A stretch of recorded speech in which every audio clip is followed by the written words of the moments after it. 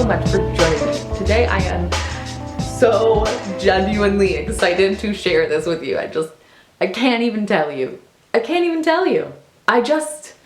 came across this in class in graduate school by accident. This was like a homework assignment that I was actually kind of dreading, and I did it and I got so much out of it, and I realized like, oh my God, I think I just stumbled upon something that I am now calling 3D journaling or sculptural journaling.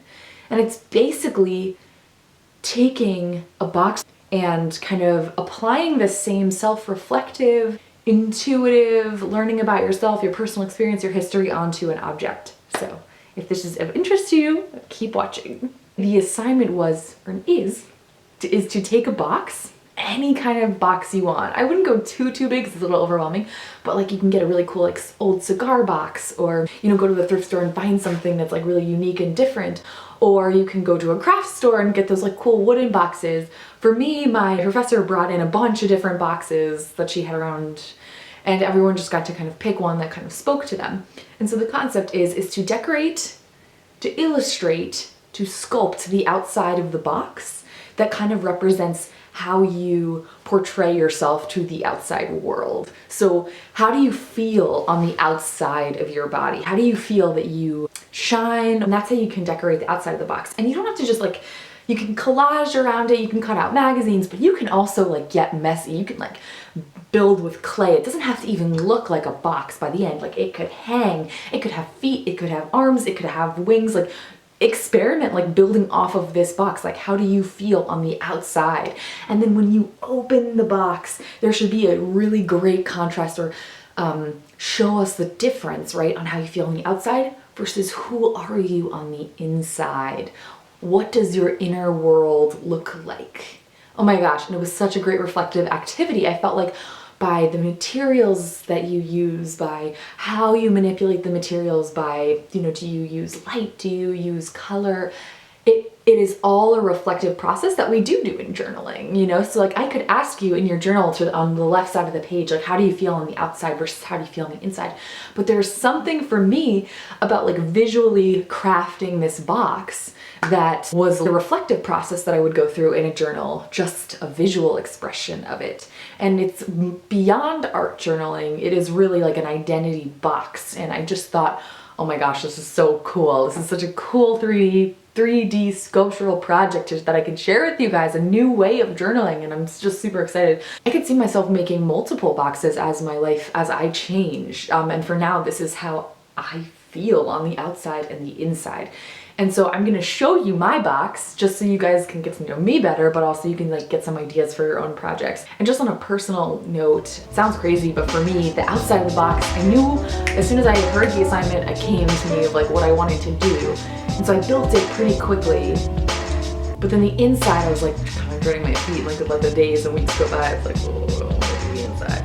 But then once I started, it all just came together, and I'm not gonna lie, it sounds so silly, but the first time I opened the box, when the inside was complete and I saw my like inner world, I cried. I was like, there's such a sense of like, there's something so myself that I like tapped into in that process, and it was just such a yummy moment for myself that I just really want you guys to have that experience too.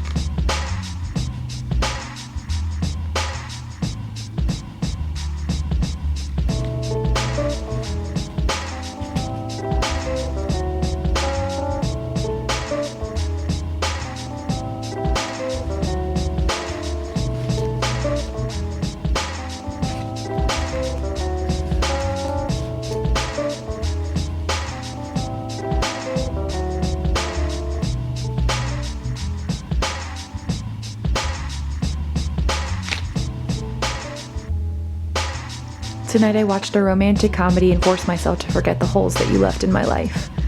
I watched my sister light up with joy at the kisses and false music. I wanted to scream, it doesn't work like that. But the crazy part is, what if it will work out for her? What if by growing up with a sister who was burned by a man like you, she will avoid your type, etc., etc. He said the leaf reminded him of maraschino cherries. I saved the leaf thinking maybe we would go on a second date or third.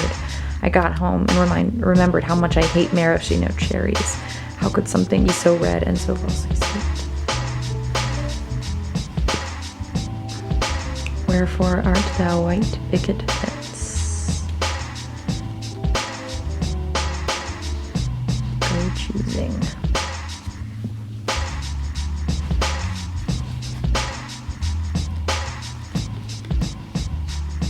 So if you do end up making your own box, please let me know in the comments below. You can send me a picture on Instagram or Twitter at Overall Adventures, or leave a comment below. You can email me at overalladventures@gmail.com. I want to see if you end up doing this identity box or 3D journal, let me know. I just wanted to shout out to Claira Eastwood, who sent me her website as well as some of her writing and poetry. She just has some great poetry on there. I just love this poem. Dear all the Luna Lovegoods.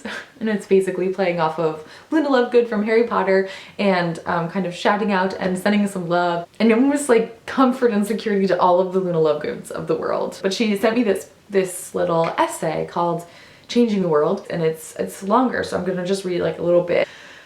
Yesterday I was told that I can't change the world. As an idealist, this stung a bit. When I was a kid, I had a picture in my room that said, someday I will change the world, and a part of me always figured that it was true. To finish that essay and to support Claira in her writing and her poetry and some of her photography, like go check out her website below. Thank you so much for joining me. I'm Tina with Overall Adventures. I hope that this was helpful and inspiring to you to create your own visual 3D sculptural journal. So I'm wishing you creative fire and lots of light and kind of soul opening